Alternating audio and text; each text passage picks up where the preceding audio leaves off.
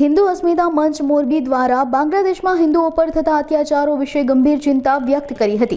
Collector मार्फते वडाप्रधान Narendra Modi ने आवेदनपत्र पाठवी रजूआत करवामां आवी छे। तेमज बांग्लादेश में शेख हसीना सरकार ने अलोकतांत्रिक रीते बरखास्त कर्या पछी हिंदुओं परना अत्याचारों में भारे वधारो थयो छे, जेने लईने हिंदू अस्मिता मंच मोरबी द्वारा विरोध व्यक्त करी रजूआत करवामां आवी छे।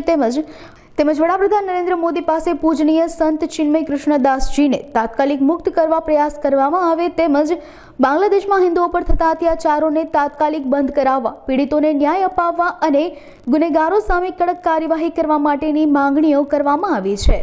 आज रोज सर्व हिंदू संगठन द्वारा कलेक्टर श्री ने आवेदन आपवामां आव्युं के बांग्लादेश में जो हिंदुओं पर अत्याचार गुजारी रह्या छे त्यारे हिंदुओने टार्गेट बनाववामां आवे छे, हिंदू मंदिरोने पाडवामां आवे छे, हिंदुओना धंधाओने टार्गेट करीने तेने अलग खोटा केसो तेना उपर खोटा केसो दाखल करीने तेने फसाववामां आवी रह्या छे। खास करीने त्याना घरमां पुरुषोने मारीने बहनों उपर अत्याचार गुजारे छे अने तेने धर्मांतरण करवा माटे दबाव आपवामां आवे छे। तो खास करीने अत्यार सुधी आशरे 10,000 जेटला बांग्लादेशमां हिंदू माताओ बहनों उपर अत्याचार गुजारीने तेटला आशरे एटली संख्यामां हिंदुओना माता बहनों उपर अत्याचार गुजरी रह्यो छे। तो अमारी एक ज मांग छे के तेना उपर रोक आवे अने हिंदुओने टार्गेट ना करे। जय श्री राम। बांग्लादेशमां जे माइनोरिटीज એટલે કે हिंदू सिख जैन एमना उपर अत्याचारो થઈ રહ્યા છે, આ અત્યાચારોને ત્યાંની સરકાર રોકવામાં નાકામ થઈ છે।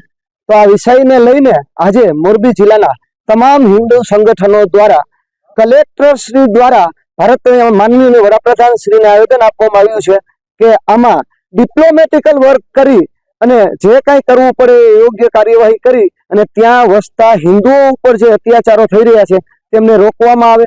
ત્યાં ઇસ્કોનના સંત જે સ્વામી ચિન્મયાનંદ કૃષ્ણને કોઈ પણ કારણ વગર શાંત પ્રદર્શન કરી રહ્યા હતા, એમાં કોઈ પણ ગુનો લાગે એવી પ્રવૃત્તિ નહોતી, છતાં ત્યાં કેદ કરવામાં આવ્યા છે, એમને આઝાદ કરવામાં આવે। બાંગ્લાદેશની હિન્દુ પર થતા અત્યાચારોને તાત્કાલિક રોકવામાં આવે, પીડિતોનો ન્યાય અપાવવામાં આવે, હિન્દુના ધાર્મિક સ્થળોની સુરક્ષા વધારવામાં આવે, અત્યાચારોને રોકવા માટે કાયદો અને વ્યવસ્થાને કડક કરવામાં આવે અને આ તમામ અપેક્ષાઓ અમને સરકાર તરફથી છે કે આના માટે સરકાર પોતાની ડિપ્લોમેસી દ્વારા જે કંઈ કરવું ઘટે એ તમામ કાર્ય કરી અને ત્યાંના હિન્દુઓની સુરક્ષાને સુનિશ્ચિત કરે।